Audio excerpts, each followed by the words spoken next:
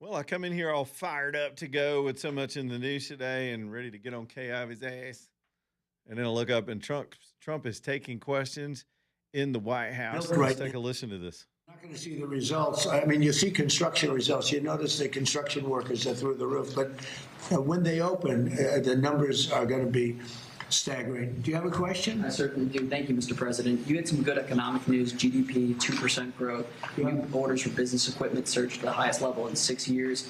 And IRS data shows that the average federal tax return is up by more than 11% when you compare it to the same time as last year. Do you believe that this is evidence? 100%. Do you believe that this is evidence that the big, beautiful tax cuts that you signed into law last year are working? And do you think the economy is going to continue to hum as the year progresses? Yeah, thank you. So the biggest tax cut in history is in the great, big, beautiful bill. And I think, I see it. I actually see it reported where people are shocked at how much money they're making. They can't believe the refunds that they're making. 5,000, 6,000, 7, 8, 9. I saw one last night on television, 11,000 more than she thought she was going to get.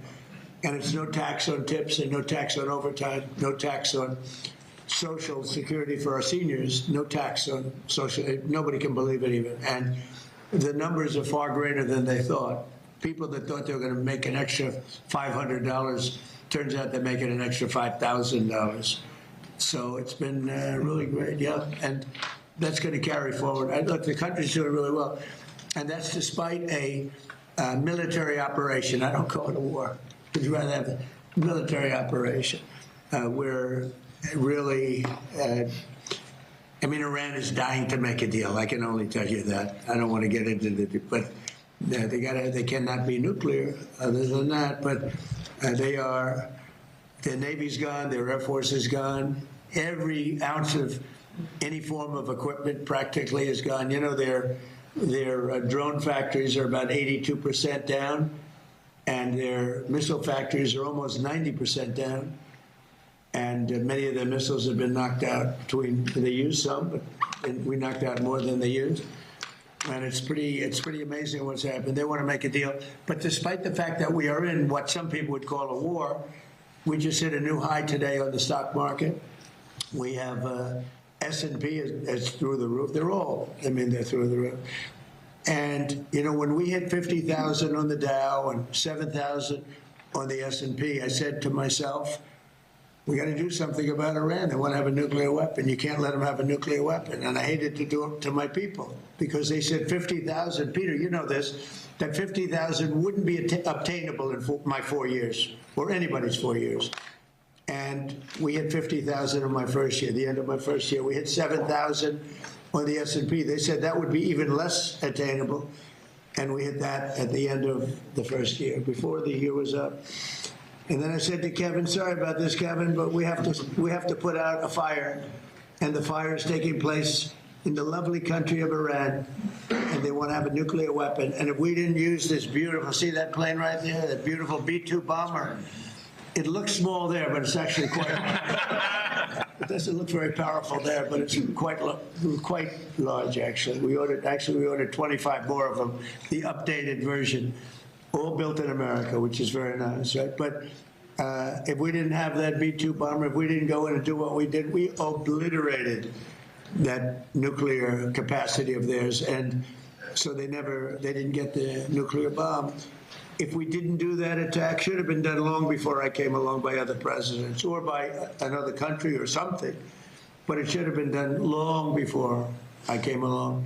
But they are in very bad shape, and they've got nothing going, including leadership. Their leaders are gone. Now they have a whole new, their first string leaders are gone, their second string leaders are gone. Now we're dealing with their third string. But we'll see what happens. It's been an amazing period of time between Venezuela and where we're doing great. We're getting along with them great. We're working very closely with them. They're doing more oil now than they've done in many, many decades, actually. And they're making more money, and so are we. It's like a joint venture, to be honest. And we've paid for the attack many times over.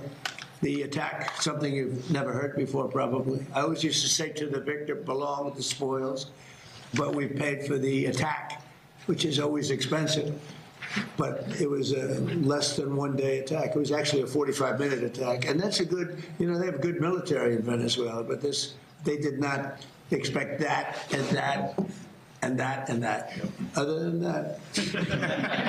But when these suckers come at you at 2,500 miles an hour at 25 feet off the ground, you say, this is not what I bargained for. This is no good. Anyway, and now, Venezuela was amazing, but now we're doing essentially, it's larger, but we're doing essentially the same thing in Iran. We can't let Iran have a nuclear weapon. And their economy is crashing. The blockade is incredible. The power of the blockade is incredible. They're not getting any money from oil. And hopefully it can be worked out very soon. Yeah. Iran is proving to be very stubborn. The talks seem like they are stalled. Are you getting antsy to break the ceasefire? Well, I mean, I don't know what stubborn is because really nobody knows what the talks are except myself and a couple of other people. They want to make a deal badly. And we have a problem because nobody knows for sure who the leaders are. It's a little bit of a problem, The leaders have been wiped out along with their military, almost all of their military. I mean, think of it. 159 ships was their total Navy. 159 ships are gone. They're underwater. They're way below sea level. Sea level is a big difference. Pretty deep waters over there, too. So, I don't know that we need it. We might need it.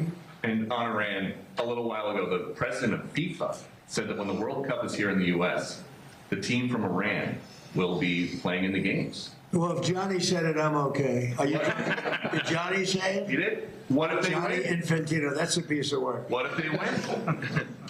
Well, if they win, we'll have to worry about that. That's not, I'm going to have to worry about that one. Look, you know what? Let him play well. Johnny's fantastic. He's a friend of mine. And he talked about it. I said, you do whatever you want. You can have him. You don't have to have him. Probably have a good team. I don't know. Do they have a good team? Do you have any idea? I have no idea. It would be hard to believe, actually. But I think let him play. Right? Mr. It's President. a little bit different, but what is your take on these reports that your show, The Apprentice, is going to could come back on Amazon with host Donald Trump Jr.? Well, I've been hearing it. Look, we had a great success, 14 seasons, and The Apprentice was a tremendous success. So I've been hearing that, a little bit. So we'll see what happens. He's good. He's a good guy. He'd be probably good. He's got a little charisma going. You need a little charisma for that soccer match. So we'll see what happens. Yeah, they told me about it. We'll see. Mr. President. Thank you, Mr. President. There's been some talks about changes to your security after what took place. Changing my security. Changing your security after what took place. Well, they did a pretty good job, actually. They stopped the NFL running back. I mean, he was like a running back. In fact, if he ever got out, they're probably going to sign him. He was a speedy guy, but he was stopped. They had many levels in front of him before he would even come close. You could be a baseball team and win 19-0, and somebody could say, you should have won 21. You should have gotten 25 runs. The team was no good or something. So I don't know. I can only say that I know a lot of those people at Secret Service, and they were good and they were forceful. And I saw the guys in front of me. They were powerful-looking guys. I said we could send them to Hollywood. They could make movies. I think that there's always room for improvement, right? And he got into the building. The problem is I know that's what I do. I build buildings like that. Much nicer, actually, but I build buildings like that. And, when you have 1,000 rooms sitting on top of a ballroom, and you have the elevators coming down right near the entrance, it's a pretty tough situation. Now, right outside, we have something that's on time, on budget, actually ahead of time, and ahead of budget depending on finishes. Finishes is a big difference between marble and onyx in price, but it's right on budget, right on time. And that's built to the highest standards of security. no units on top, no hotel built on top where an elevator comes right down through the middle of it. It's a tough location. That's a tough location. So I think I know the people at Secret Service. I think they're great, and I think the Congress has to take care of those people. You know, we're talking about ICE, we're talking about Border Patrol, Secret Service, everyone. The Democrats essentially want to defund the police, just so you know. That's right. They want to defund law enforcement. It's crazy. These people have gone crazy. I heard Hakeem Jeffries, a low IQ person. He's a very low IQ, screaming today that the Supreme Court is illegitimate. I mean, that's a dangerous statement. And if I say something modest, they say, oh, he's a king, he's a king. They're sick. But Hakeem Jeffries said the Supreme Court is illegitimate. That's a rough statement. If I made that statement, it would be the biggest story out there. Bad things would happen. One of the ideas. The average price of a gallon of gas is now $4.30 in this country. And you know what? And we're not going to have a nuclear weapon in the hands of Iran. The gas will go down. As soon as the war's over, it'll drop like a rock. There's so much of it. It's all over the place, sitting all over the oceans of the world. And it'll go down. But what won't happen is if Iran had a nuclear weapon and used it, then the whole world is a different place. What about You're not going to have to pay the a little bit more for gasoline. The gasoline, the oil will go down rapidly as soon as the war is over. Good to see you again, sir. Brian, go ahead. I've got two questions. First, I want to follow up on Daniel's question. I've described you as the peacemaker. You're achieving peace around the world. Due to these latest policies, big beautiful bill, no tax on tips, no tax on Social Security, no tax on overtime, now the Trump account, and then the IRA account. Could we describe you as the wealth maker? Well, I'm helping people out. It's a nice question, actually, but I'm helping people. These people are with me. You know, these are great people, and feel free to speak up if you'd like, because they wanted this to happen, and we got it done. And they're Republican people, I think, in all cases, right? You know, it's crazy. We need, like always, unanimous, because the Democrats, they will vote against anything, no matter how good. If they had their favorite thing in the world and we happen to want it, but we found a new strategy, we're going to oppose every single thing that we want, and we'll get unanimous votes. So I'm going to come up and oppose everything, Brian, from this point forward, and they'll vote for it. Go ahead. Second question. You created Space Force on the second end, towards the end of your first administration. Right. You just had the Artemis II crew in here. I know it's a big accomplishment. What do you see moving forward, the duration of your administration in terms of space exploration? I know that was a big moment for you. Well, doing Space Force I think it's going to go down as one of my more important things. It's turning out. Even a lot of these great military operations that we have right now, when you look at Venezuela, when you look at like the decimation of Iran, which was considered powerful, it was the bully of the Middle East. And a lot of that took place so effectively because of what's coming out of space. When we did Space Force, when I did Space Force, I'm very proud of it. Space was like, we were third. China was first, Russia was second. Now we've leapfrogged. We're way ahead of China. We're way ahead of Russia. And we made some great choices. The first person that headed Space Force, and really after that we had a couple of really great people heading it. Always very important.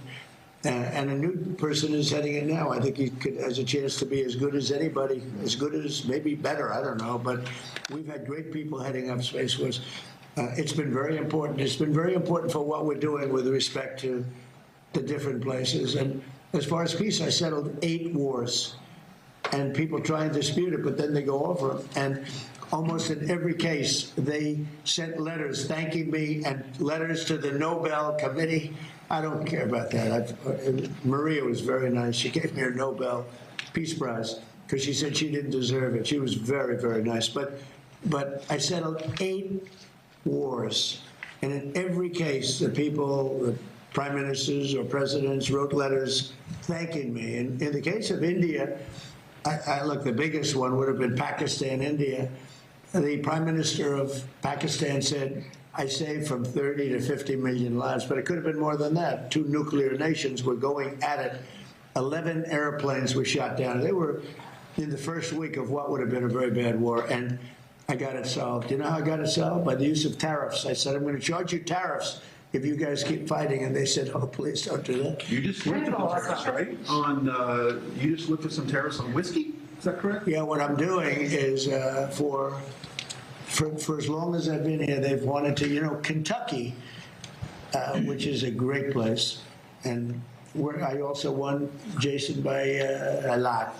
But Kentucky, with the bourbon, and Scotland with the whiskey, and they've had trade for years and years and years, and a lot of restrictions, a lot of different restrictions took place that didn't amount to much, and it really stopped them. I don't know if you know, it's a barrel trade. They use the barrels from the one to take care of the other, and the barrels are only good for one unit. In other words, they can't be used twice. They can only be used once, but the once makes it a better substance. I'm not a big drinker, so forgive me, but it makes them a big substance and a better taste.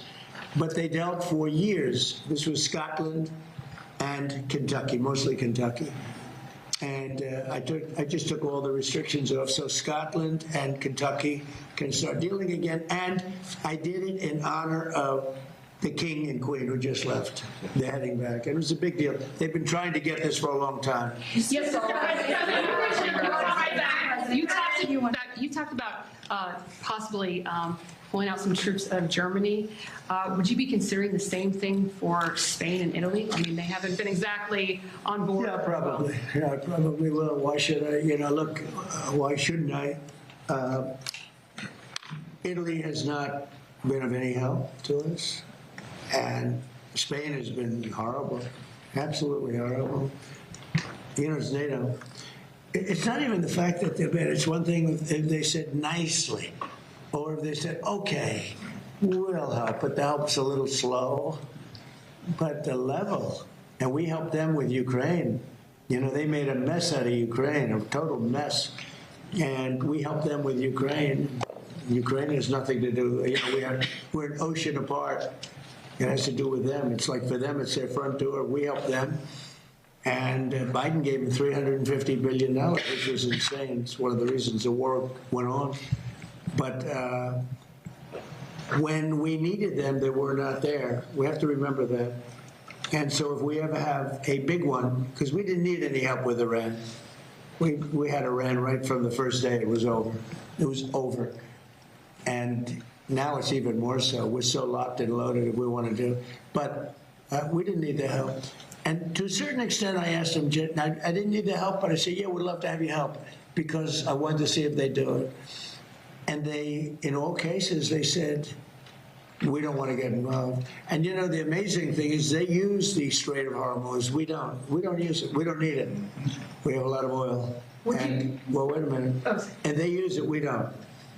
And you would have thought they would have said, we would love to help you.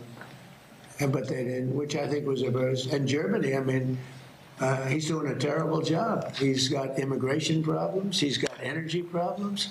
He's got problems of all kinds. And he's got a big problem with Ukraine, because they're in that mess.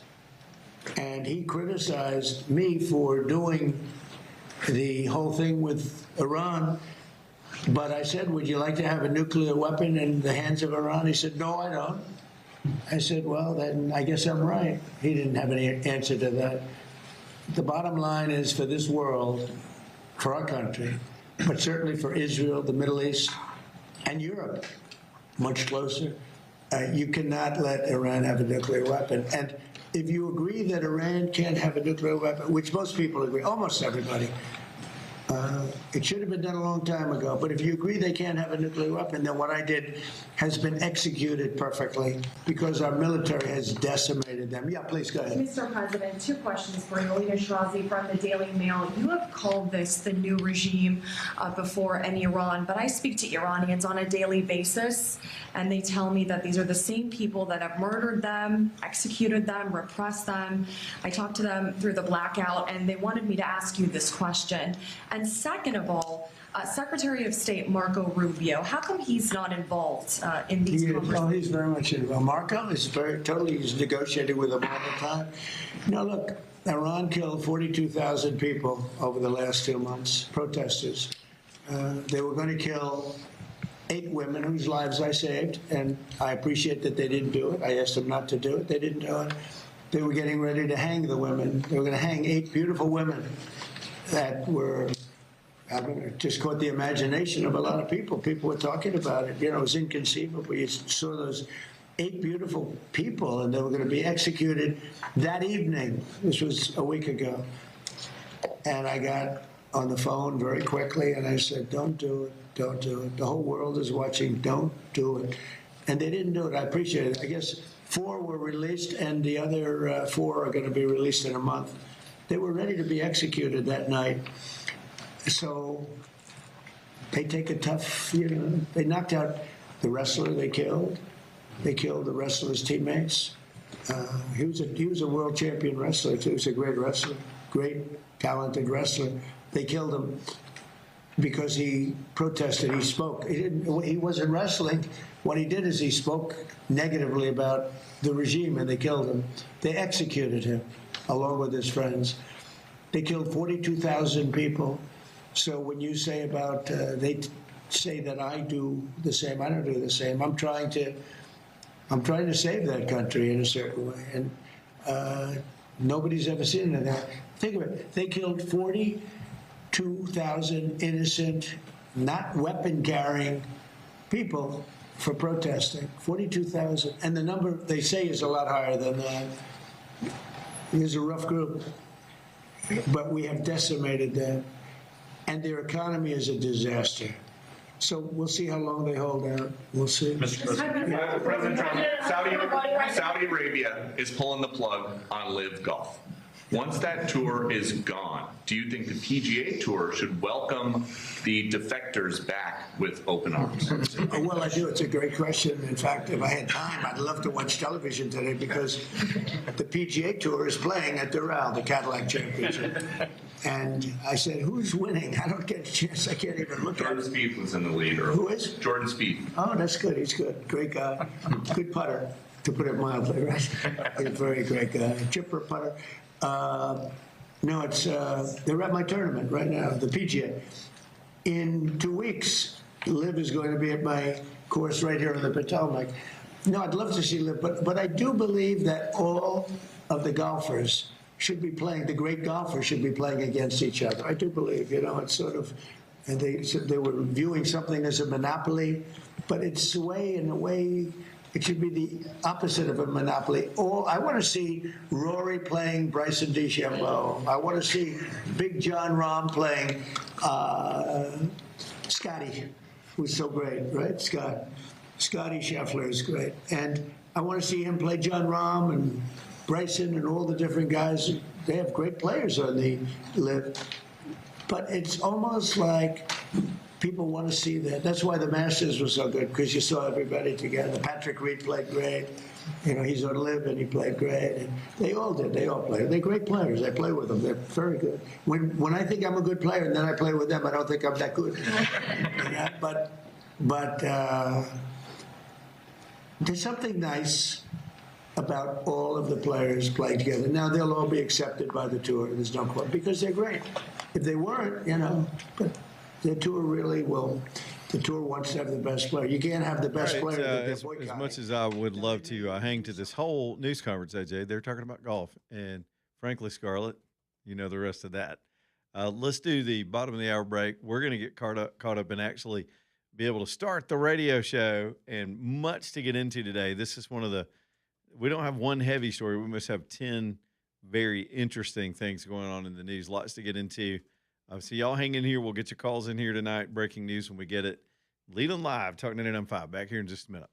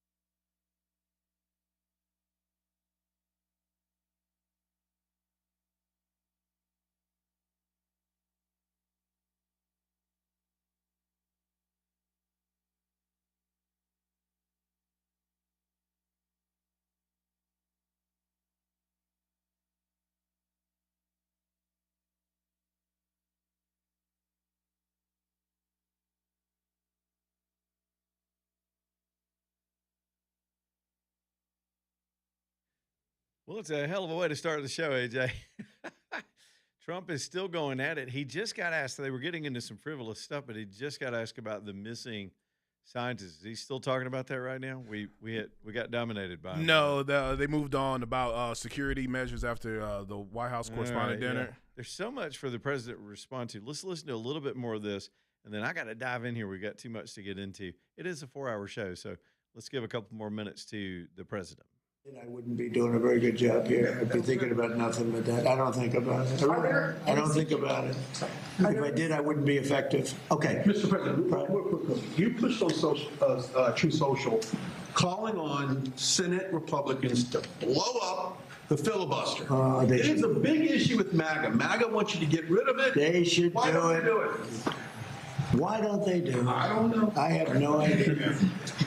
You know why? I guess because they have 3 or 4 that are like hardline, the same ones that are hardline, no to everything.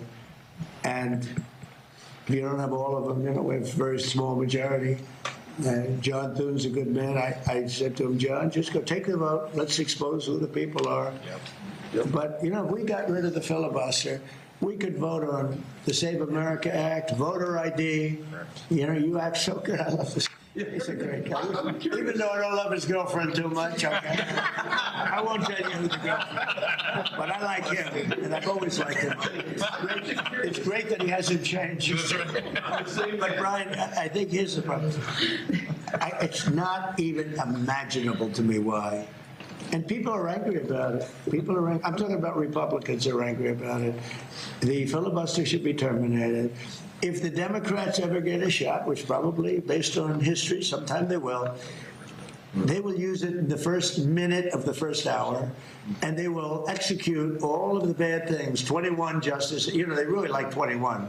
I heard 13, but they really want 21 Supreme Court justices. And they really want to have D.C. and Puerto Rico become states. That would mean automatic 4 senators go into the Democrat column. And there's not even a chance that they don't do it and do it immediately. Now, with that knowledge, because you could argue whether it's good or bad, but I don't think it's that much of an argument, frankly. But you could argue, with that knowledge that they're going to do it immediately, why wouldn't you do it as a Republican? Unless you have bad motives almost. But if we did it, we could pass one bill after the other. We could pass laws and acts and things that we never even dreamt of passing. And you know what else? We wouldn't lose for 50 years. If we terminated the filibuster, we would have a 50-year run. You'd stop cheating. I mean, look, they're professional cheats, and they're great at it. That's what they're best at, because you can't get elected with their policy.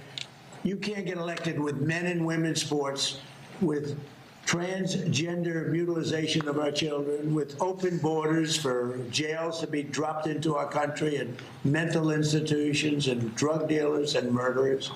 Think of it, 11,888 murders come into our country. Nobody even talks to them about it, right? We got a lot of them out because of, you know why? Because of ICE, which they don't want to fund. They're defunding our police. When they defund ICE, and with Border Patrol and Secret Service, they're defunding our police. The same thing as they're doing with an officer on the street corner.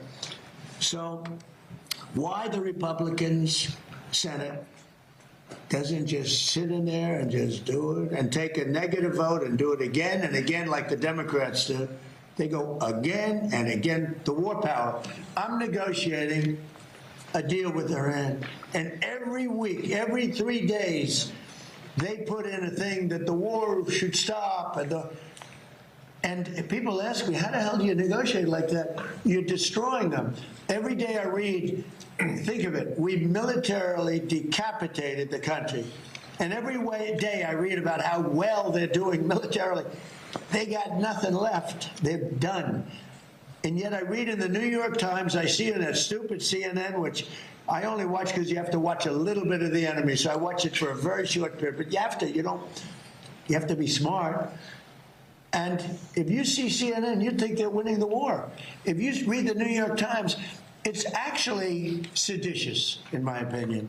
You read the New York Times, you actually think they're winning the war. I read some of these columnists, but it all starts from the top. It's a terrible thing. So we're negotiating with them, and they read how well they're doing, and they're sitting in a cave, and all their leaders are dead. Everyone's dead around them. Missiles are all over the place. They have no Navy, they have no Air Force, they have no nothing. We can fly right over the middle of Tehran without being shot at because they have no anti-aircraft. They have nothing. And they're reading that they're winning the war. They're trying to figure it out. They get the New York Times, I guess, in some form, and they think we're crazy. But you know, I'm supposed to be negotiating, and they make you negotiate from weakness, not strength. But the difference is I don't care, and everybody knows the facts. We are decimating that country. I got a call today from another country that's more on our side than that Middle Eastern country, saying, sir, please don't hit them anymore. They're decimated. Please. He's actually helping them. He's actually saying, please. And yet the New York Times will tell you that they're winning the war. It's so sad. I hate to even say that because when I say that, people out watching, they'll say, oh, maybe they are winning the war just by the fact that I'm saying it. And it's so ridiculous. They're being decimated. We have the greatest military in the world. And one thing that's come out of this and Venezuela, some of the things that have happened, I rebuilt the military in my first term. Thank you. And did a good job. And also the first year of this term. We have the greatest military in the world.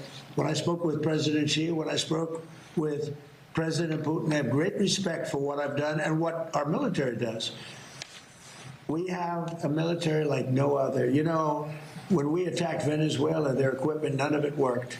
It was all good equipment, but it was discombobulated. You know what that means? They pressed the buttons and nothing happened. They said, what the hell's going on? They heard that weird buzzing sound from way up high. It's amazing how great our military is.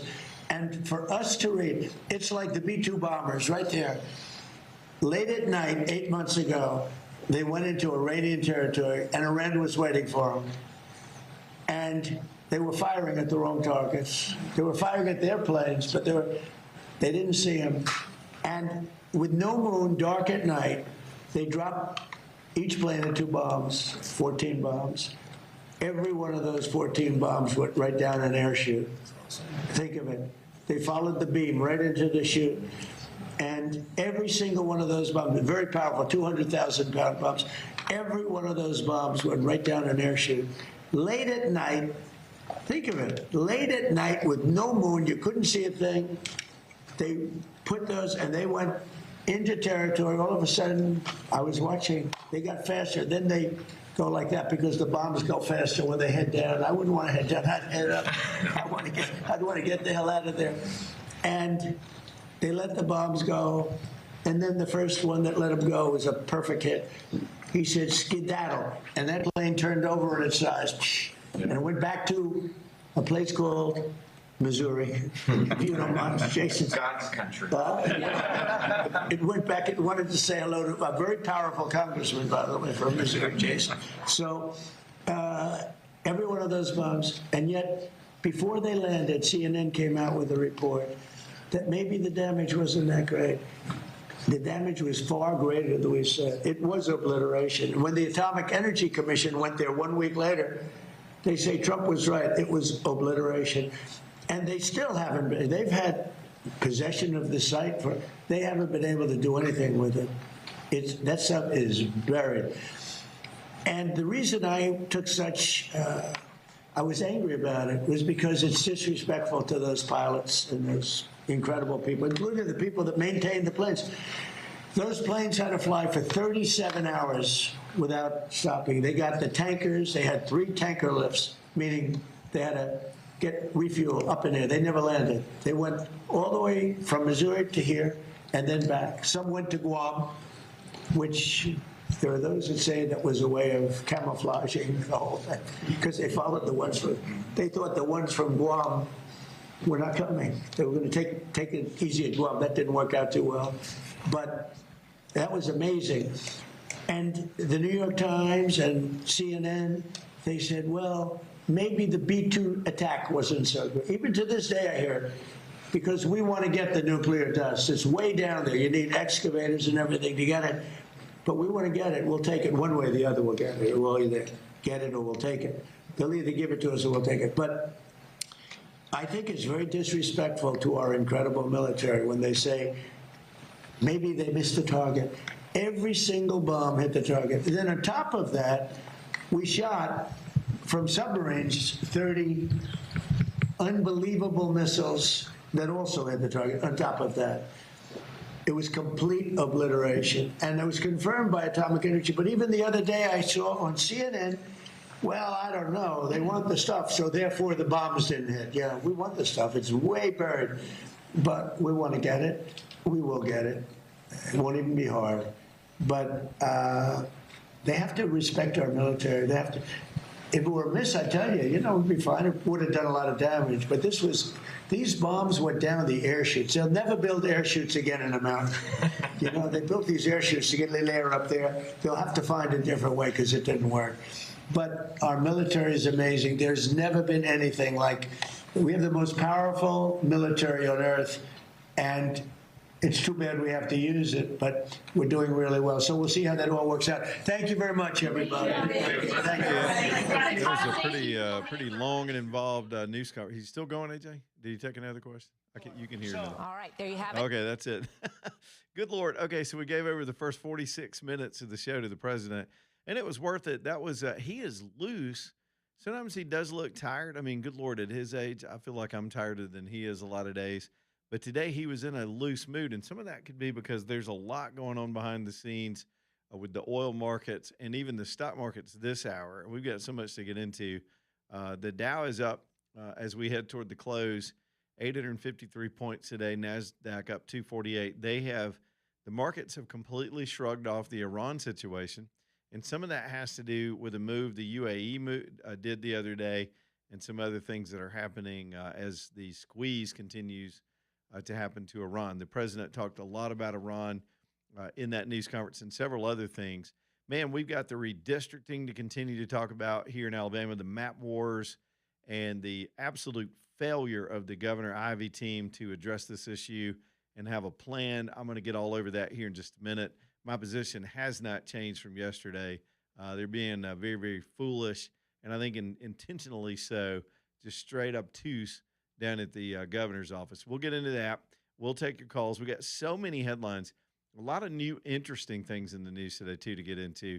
And we'll just start picking those up and putting them down here in just a second. EcoView Windows and Doors bringing you the show tonight. We've got a cold snap coming this weekend. We'll be down in the 40s maybe Saturday night. I'm kind of tired of it. AJ, I'm sort of tired of it. I mean, I'll be cussing the summer too, but I'm tired of getting coats out. Every time I put them up, I got to get them back out. I think that's what the problem is. That's what it is. I need to leave my coat. I'm sorry. It's my fault, y'all. I pulled my coat, put my coat in the attic. I shouldn't have done it. No, but as we are heading into one of the more extreme seasons, of course, with summer, and your power bills go up and your air conditioner runs nonstop, and that's just part of life here in the South. EcoView can help you with a lot of that just by improving your windows. If you've got single-pane windows, especially an older home, older homes can be a challenge to get them all tight, but you can do it, and starting with your windows is one of the best things to do. It's where about 35% of your heating and cooling just leaves. That's your money just gone, and you're still miserable because it's hot and muggy at night in the summertime in your house. Y'all let Becky Jackson and her team come out and give you an estimate, show you what they can do. These are just the best installers putting in the best products anywhere in Alabama, and they back it with everything they do at EcoView. It's ecoviewwindows.com. Y'all reach out to them, ecoviewwindows.com. Back with more in a minute. Y'all hang on.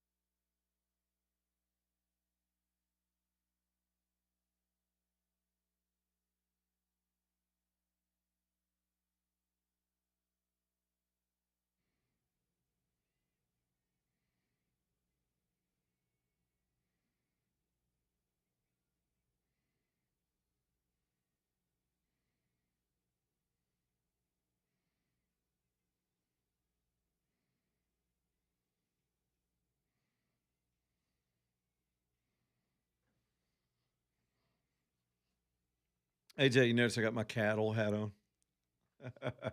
Those are my buddies. I'm going to see them play down in Lakeview tonight at Jam Fest for a great cause. Y'all are welcome to pop down there. Should be a pretty night in between all the rain. We got a whole lot more rain coming on Friday night through a lot of the day on Saturday. So, yeah, here we go with all that this weekend. By the way, Crocker Moving Services bringing you the show tonight, crockermovingservices.com. If y'all need anything moved this spring or this summer, get Crocker over there and let them help you do it. They're just going to do it better than us. They've got the tricks, they got the strong backs, they got the right trucks and dollies and things to move around corners and up and down stairs and get this stuff done for you. Plus, you're working with a great company that has stacked their business so they can scale their services down. When I say down, I mean to create a minimum of 2 hours for their time to come out and knock something out for you. You can talk to them about how they calculate that 2 hours. I've always booked them on that 2 hour schedule, and they've never gone over. They're good at estimating what they can get done. Now, I've never had a move other than the very just short moves, but these guys are good like that. Or if you've got a full-fledged move and you need everything packed and you need to go a long way, they've got the trucks for it, they've got the team for it, and they'll help you out. It's Crocker Moving Services. Y'all reach out to Eric Crocker's team and let them help you this summer. crockermovingservices.com. I'm kind of rounding us off into summer already. It'll be here before you know it. Yeah, cattle. That also reminds me, if you're watching on the TV channel, Cattle's one of our bands at the Jawbone Jam. We're getting pumped. 15 days out, 2 weeks. Y'all better get your tickets. They're online at Ticketmaster, or you can get them at the Iron City site, ironcity.org. I think is their site. Isn't it .org? Is it maybe .com? I think it's .org. Check it out. You'll find them. And you can purchase tickets directly there. We're going to have a big old time. It's our 10th anniversary. And we're going to have our whole crew there as usual, maybe some alum. Have we extended all the invitations, AJ? I think we have. I think so. Try to get the whole crew. It's hard to believe that 10 years later, we're still doing the Jawbone Jam. So y'all come see us. We'll be reminding you quite a bit about it over the next few days. Let me dig into the news. And the thing that's top of mind for me right now is the Supreme Court ruling yesterday. I spent the whole show yesterday banging on the governor's office. It was basically because we didn't hear anything for hours.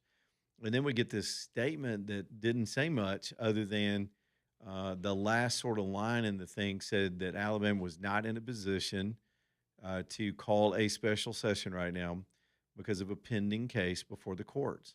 Well, I don't know if they've got a fifth grade lawyer down there or the governor had hit her third martini by then, why that logic would prevail. And let me just express this too, out of sheer frustration. And by the way, some of my brethren in the conservative thought space here in the state are saying the same thing. Some of my friends that do talk shows around the state and other pundits are saying the same thing. The governor needs to step down from her job if she's not going to do it. I know she's just got a few months left and she wants to coast, but she needs to wake up and get busy, and so does that Democrat staff of hers. They should have had a plan. Everybody knew, because I had hinted, if they just listened to this show, they would have known it. For about 2 weeks, we knew Alito was going to write the ruling. It tended to seem that they were going to do something on the side of fair districts and not race-based districts, which are inherently unfair. And they don't have, the governor didn't have a plan. Here's what the plan should have been. Okay, maybe our next governor can get this stuff right. And by the way, the attorney general's no better right now. I know he's running for Senate, but he gave a weak statement yesterday too, saying, well, we got 2 cases pending. And that's the same thing the governor said. I'm like, listen, douchebags, go to the court and get them to vacate that previous ruling. Their ruling yesterday, it would seem, logic would dictate, throws the old map out because it was based on a race-based system. 3 judges got together and told the state that they had to draw these race-based districts. The judges drew the districts, forced the state to accept them, and then told the state, you can't redraw them until the 2030 census. And somehow these legal scholars hanging around Meemaw decided, well, we've asked for an appeal, but the court hasn't ruled back in our favor, so we'll just have to wait. Look, I don't know what the governor's power or the Secretary of State's power are in these matters. I don't. So I'm speaking a little bit out of turn, but at least they should do this. It's what Louisiana just did this morning. They should suspend the primaries for the House races. Continue on with the primary for the other races that we've got coming up in a couple of weeks. That stops the clock from running up into where it's too close. And then they've got that lame excuse. So you suspend the House races and get your plan together while you get your lawyers to file briefs immediately. Those briefs should have been prepared and filed yesterday afternoon with the courts. And you ask the court, at least for clarity, but at most to vacate the previous 3-judge panel decision and allow the state to draw their own borders like every other state in the country.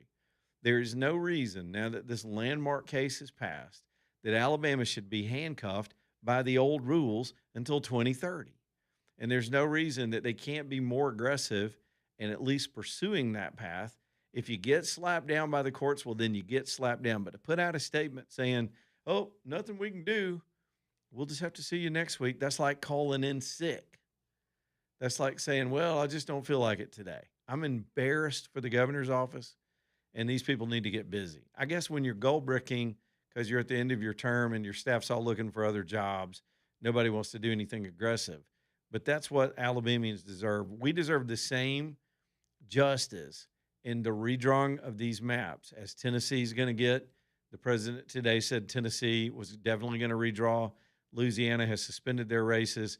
Mississippi's already called a special session. Florida just did the whole thing yesterday. What the hell are we doing? We're going to sit here with this big blue racially gerrymandered blob in the middle of the South, and it's just absolutely ridiculous. And they're just going to punt on a technicality. It's at most, it's a technicality. All right, I got that off my chest. I'm not going to talk about it the whole show like I did yesterday.